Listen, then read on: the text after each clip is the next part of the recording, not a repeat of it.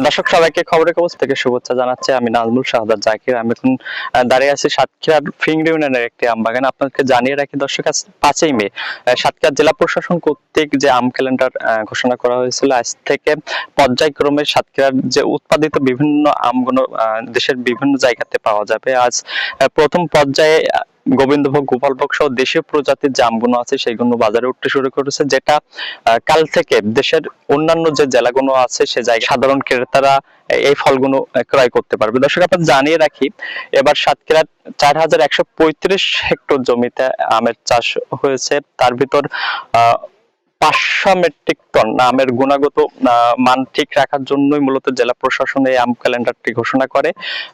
তাছাড়া এবার কিন্তু 70 মেট্রিক টন আম বিদেশে রপ্তানির জন্য কৃষি বিভাগ আশা করছে যে 70 মেট্রিক টন আম এবারও বিদেশে রপ্তানি হবে।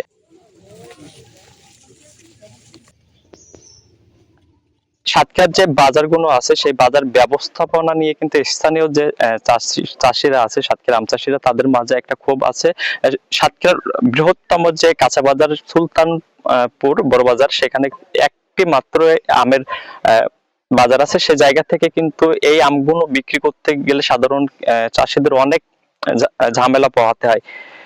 তাছাড়া সাতক্ষীরা জেলা প্রশাসন কর্তৃক যে আম ক্যালেন্ডারটি ঘোষণা করা হয়, সেই আম ক্যালেন্ডারকে নিয়েও কিন্তু নানা তর্ক বিতর্ক দেখা দেয় যে নির্ধারিত সময়ের আগে যদি এই আমগুলো পাকে, সেই ক্ষেত্রে একটা চাষির করণীয় কি, বা কোনো ব্যবসায়ী যদি আম বাগানগুলো কিনে থাকে সেই তাহলে সেই ব্যবসায়ীর করণীয়টা কি, সেটা সম্বন্ধে কিন্তু প্রান্তিক পর্যায়ের যে সমস্ত চাষি বা ব্যবসায়ীরা আছে তারা কিন্তু সেটা সম্বন্ধে অবগত না।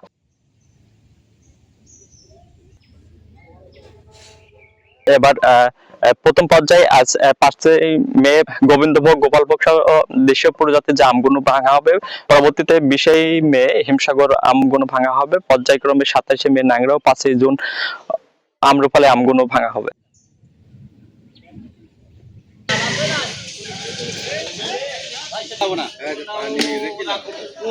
সবাই যখন জোয়ারে গা ভাসায়, কেউ কেউ ঘুরে দাঁড়ায়।